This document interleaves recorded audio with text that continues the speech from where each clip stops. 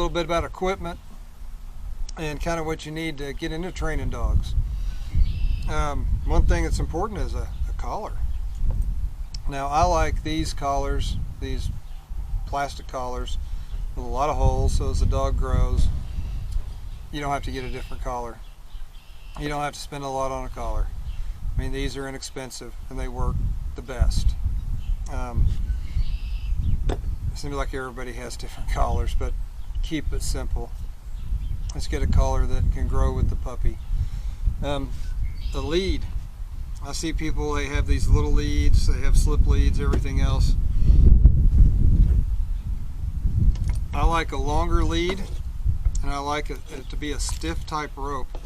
Kids' lassos work great. You can get them at any farm store where they have the lassos. They're good and stiff. They do not tangle. It is wonderful. And once you learn how to use the lead, you know, it'll just be awesome, because that's what you do with a puppy, is you do lead breaking, you know, on lead healing, teaching the puppy place and kennel and stuff on a lead, you know, when they get a little older. So a collar and a lead. The next thing you probably need, if you're training retrievers, is bumpers. You can get all variations of bumpers. So this is one of the big ones. I start out with your puppy, of course, on a little one. All my bumpers are dirty. I train dogs, that's what I do, until they get dirty. A friend of mine found these on sale last fall. Got a bunch of new bumpers for me for Christmas, because mine are usually grungy.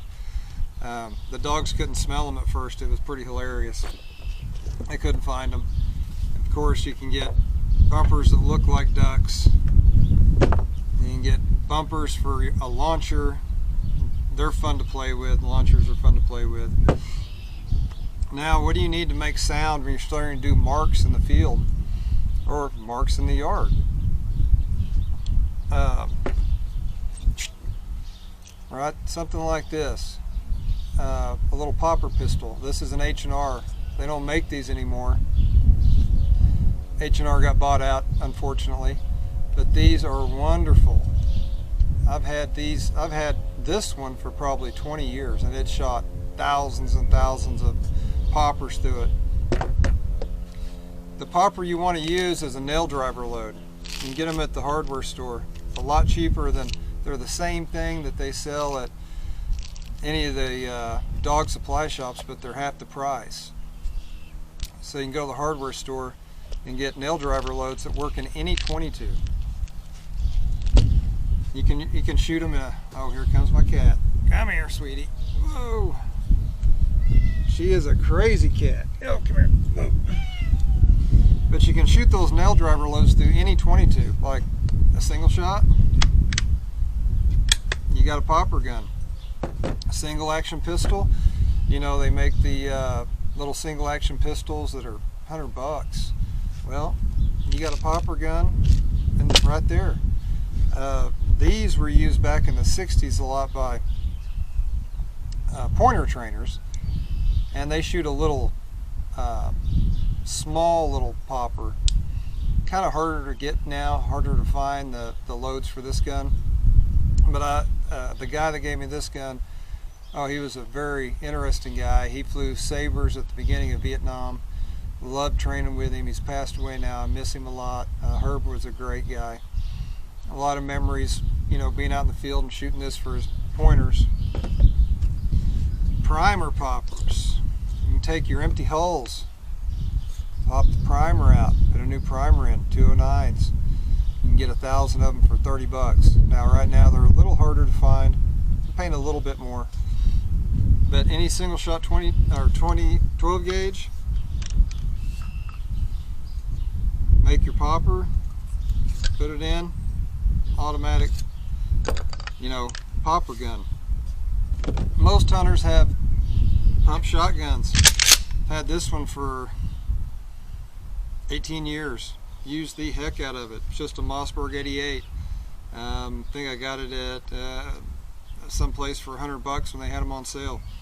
It's probably, yeah, 18 years old. that you can shoot your poppers through there also. So the thing is to kind of think outside the box and use what you have. You don't have to buy brand new. You know, that's what I try to tell people. Why try to be the Gucci person? You know, be the person that thinks outside the box and uses what he has and does it well. They also have a propane popper, which I have one. For new people, it's harder to load. They have to learn how to load the propane in it and then fire it. They can be a little bit dangerous at times, I would think. I've seen some accidents people have had, other trainers have had with them. I like to keep it simple. Go to the hardware store, buy a bunch of these, you know, shoot them through a single shot or single action pistol or single shot 22 or an H&R popper gun, which I wish they still made these. These are wonderful. My gosh, I got one as a kid back in the 80s. I still have it, still shoots. Use the heck out of it. So kind of think outside the box. And then, you know, talking about e-collars, well, you're gonna have to get an e-collar at some point in time. I really like the Dogtra Edge RT. Been using it since 2013 because the company's collar I was using before that, they got bought out and everything was changed. And I have collars from that company that was bought out, been using those since the 80s. But they changed everything. And then Dogtra came out with this Edge RT. See, the collar is tough, can hold up to abuse. The transmitter, easy to use, easy to have in your hands. And when you're training is different than hunting. When you're hunting, you don't have your transmitter in your hand. When you're training, it should be in your hand all the time. All the time. Another thing you need before we go, whistles. Whistles are important. I use a P-less whistle for years and years and years. I used to whistle with a P in it. I was running a field trial years ago and the P got caught in the whistle and I had to kind of bang it around to get it to work. The dog got offline, I was out. So after that, the P whistles were gone. A lot of companies make these now. They were first started, this type of whistle came out about 10 years ago. A guy designed it, wonderful whistle. Some other people have copied it. So the P-less whistle, to me, Gunners Up makes a great one. You can find them on the internet, Gunners Up. They make wingers and all kinds of stuff, but their whistle is wonderful. I just happened to break mine about a week ago and I haven't got my new one. So I had to go use an old one because I tend to break things. You do when you're out training or working or anything. I mean, you have to have stuff that holds up, and I'm kind of rough on stuff. So, you know, think outside the box. Think, what do I have? Do I have something like this? Do I need XYZ? Kind of think about it. A good crate too before we go. You don't have to buy the best crate in the world, but a good crate. Crate train that puppy. Start from the beginning, having that puppy sleeping in a crate at night. Take it out to air. Take it to the same spot in the yard to go to the bathroom.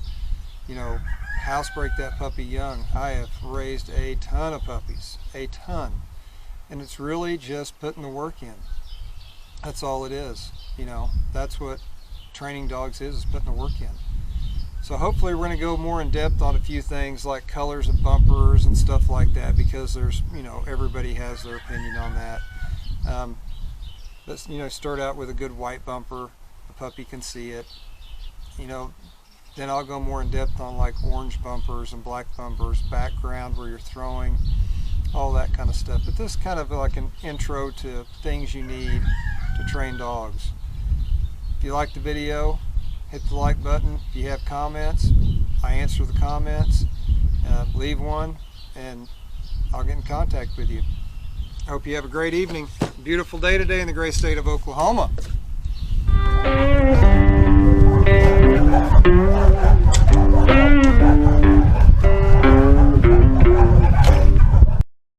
Cock it, pull the trigger, boom, it goes off.